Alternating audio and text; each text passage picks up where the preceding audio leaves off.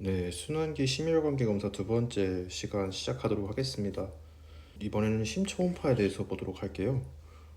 심초음파는 사실 굉장히 중요한 검사 방법이기 때문에 전반적인 순환 강론 전체에서 다 나오게 됩니다. 맨 처음에 심초음파를 보게 되면 저 같은 경우에는 그냥 심장이 잘 뛰네 이 정도만 알았었는데 여러 번 보다 보면 뭐 이런 모션이 이상하다라는 것을 자연스럽게 깨달을 수 있기 때문에 너무 걱정하지 마시고 들으시면 될 것 같습니다. 저희가 심초음파에는 여러 가지 모드가 존재를 합니다. M 모드, 그리고 2D, 2다이멘션, 그리고 도플러 에코 이런 것들이 있는데요. M 모드 같은 경우에는 과거에는 많이 쓰였지만 지금 임상적으로 2D를 훨씬 더 많이 쓰고 있기 때문에 일단 2D랑 도플러 위주로만 잘 알아두시면 될 것 같아요.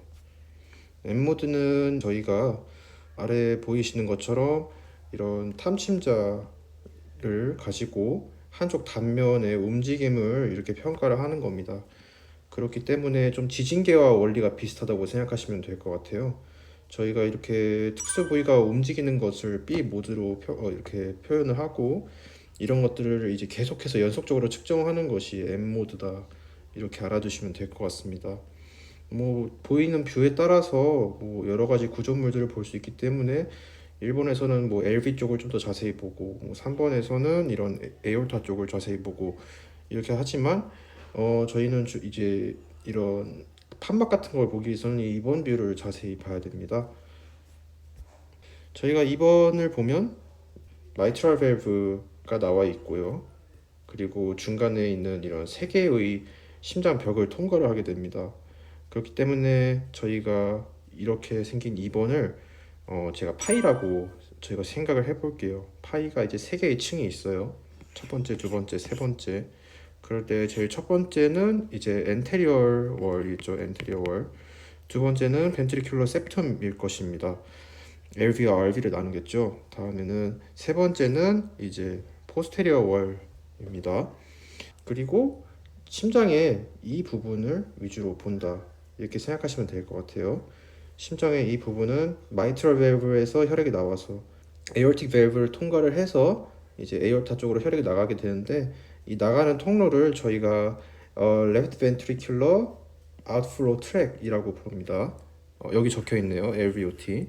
이거를 알아두시고 이제 이 2번 그림을 보게 된다면 대부분 그 벽은 그냥 가만히 있는데 위쪽에 이렇게 M자를 그리면서 이렇게 보이는 게 있습니다. 이것은 이제 마이트럴 밸브가 이제 오프닝 되면서 이런 모션이 보이게 돼요.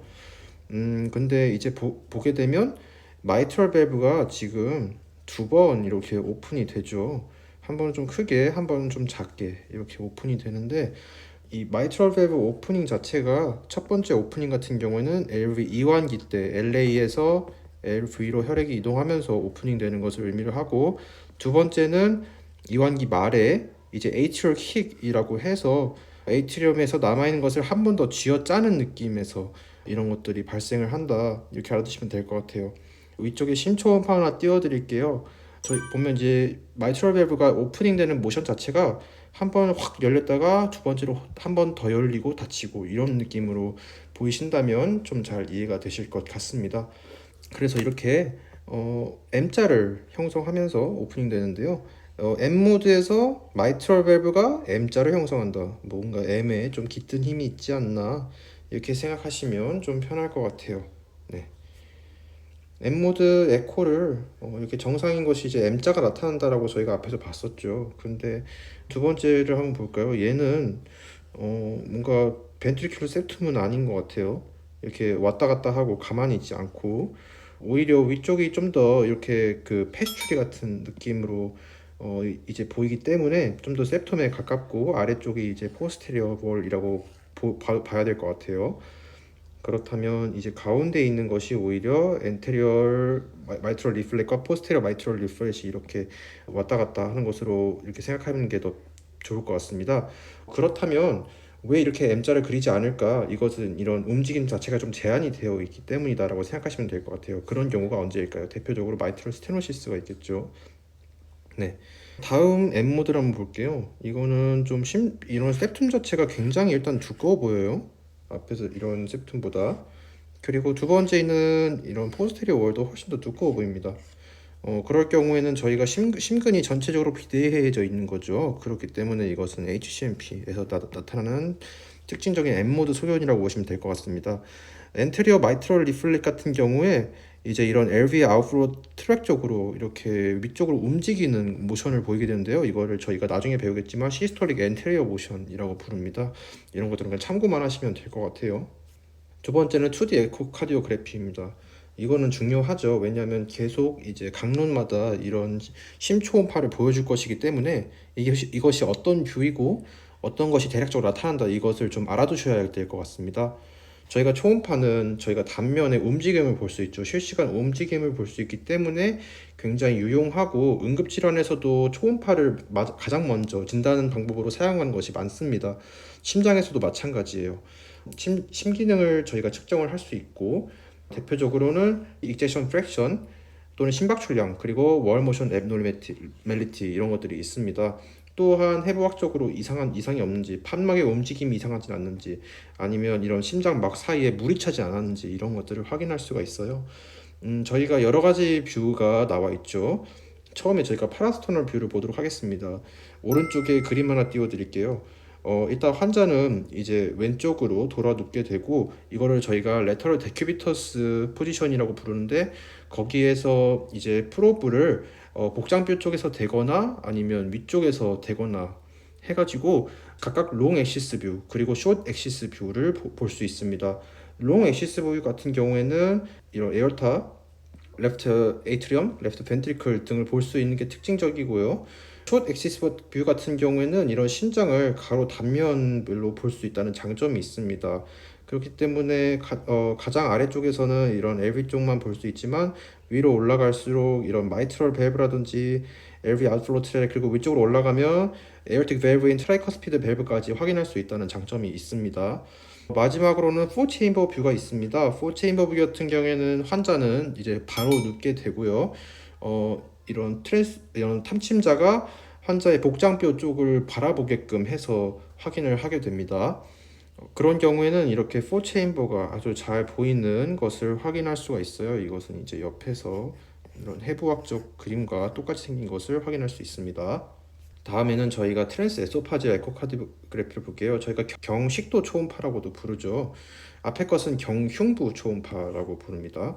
경식도 초음파 같은 경우에는 좀 자주 쓰이진 않겠죠. 왜냐하면 아무래도 조금 더 인베이시브하게 환자의 식도 내로 이런 탐침자를 넣어서 보기 때문에 원래는 이런 TT 같은 거를 좀 많이 쓰지만, T 같은 경우에는 특별한 적응증이 있을 때 쓰게 됩니다.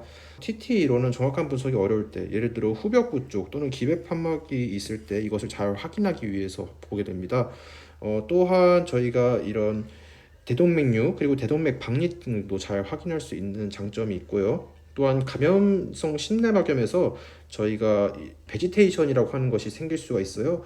베지테이션 같은 것을 잘 확인하고 싶어서 이런 것들을 찍기도 하고, 그리고 색전의 원인을 찾을 때 저희가 LA 쪽에 트롬버스가 잘 생길 수도 있어요. 나중에 배우겠지만 저희가 에이트리얼 피브릴레이션이 있을 때는 이런 심장이 규칙적인 운동이 잘 일어나지 않기 때문에 혈류가 좀 저류가 되면서 트롬버스가 생길 수 있거든요. 그래서 색전 원인 같은 것도 찾을 수 있고, 또한 만약에 환자가 대체 판막을 이식을 했을 때 그것의 이상을 확인하기 위해서도 TE를 찍을 수 있습니다. 이런 것들을 뭐 다 같이 외우기 힘들다고 생각되시면 심장 뒤쪽 구조물 또는 대혈관 구조물을 잘 보고 싶을 때 이런 것들을 찍는다라고 알아두시면 될 것 같아요. 다음에는 도플러 에코카디오그래피 보도록 하겠습니다. 저희가 도플러 효과 자체가 이제 멀리서 오는 것은 빨간색, 그리고 멀어지는 것은 파란색으로 인식을 하죠. 그래서 간단하게 블루 어웨이, 레드 투워드 해서 바트 심슨 생각하시면 될 것 같고요. 이런 것들을 통해서 잘 확인할 수 있는 것이 판막의 협착 또는 폐쇄 보전입니다. 이제 아래에서 보면 탐침자가 이렇게 있어요. 탐침자가 이렇게 보면 울트라소노그래피로 이런 부채 형태의 모습을 볼 수 있게 되는데, 탐침자 쪽으로 가까이 다가가는 것이 빨간색이고 멀어지는 것이 파란색일 것입니다. 그렇다면 아래의 그림 한번 보도록 하겠습니다. 저희가 그러면 부채 모양으로 본다고 했잖아요. 그럼 탐침자는 여기서 보게 될 거예요. 그렇다면 지금 이 빨간색은 아래에서 위쪽으로 올라오는 것이겠죠. 이것은 LA에서 LV로 흐르는 혈액을 의미할 것입니다. 그렇다면 반대로 파란색은 탐침장에서 멀어지는, 따라서 LV에서 나가는 혈액을 의미할 것이에요. 이거는 이제 LV 쪽에서 에오르타 쪽으로 나가는 혈액 등을 의심해 볼 수 있을 것 같습니다. 근데 이 그림과는 좀 다르게 오히려 이런 오른쪽에서 LV에서 LA 쪽으로 넘어가는 혈류가 보일 수도 있습니다. 이러한 것들은 폐쇄부전, 판막이 잘 닫히지 않아가지고 오히려 이런 역류가 일어나는 것을 이제 도플러 초음파로 잘 확인할 수 있다. 이렇게 생각하시면 될 것 같습니다. 도플러에서는 저희가 뭐 실습을 돌면 이렇게 앞에 있는 빨간색, 파란색만 찍는 것이 아니라 다양한 세팅으로 찍어볼 수 있는 게 있는데요. 이런 두 가지 선을 그어서 이 사이에서 움직이는 혈류를 이렇게 소리 형태로 분석을 해서 찍는 것이 있습니다. 그럴 경우에는 이제 마이트럴 쪽에 이런 나오는 혈류가 뭐 정상적인지를 확인할 수가 있는데요. 정상적으로는 이게 이제 E파와 A파라고 부르게 돼요. 이거는 좀 앞에서 잠깐 돌아가 봤을 때 M모드 쪽에서 이런 E파, A파랑 좀 약간 비슷하게 생겼다라고 아시면 될 것 같아요. 좀 M자인데 E가 좀 더 높죠. 여기서도 마찬가지입니다. E파가 살짝 더 높아요. 근데 이런 디스펑션이 생길 때는 뭐 E가 좀 낮아지고 중간에 다시 좀 정상인 것처럼 보였다가 나중에는 오히려 E가 훨씬 더 많이 증가하고 A는 줄어드는 이런 모습을 보인다고 합니다. 이런 것들은 내신에서는 나올 수 있는데요. 국시에서는 나오는 것이 아니라서 그냥 알아만 두시면 될 것 같습니다.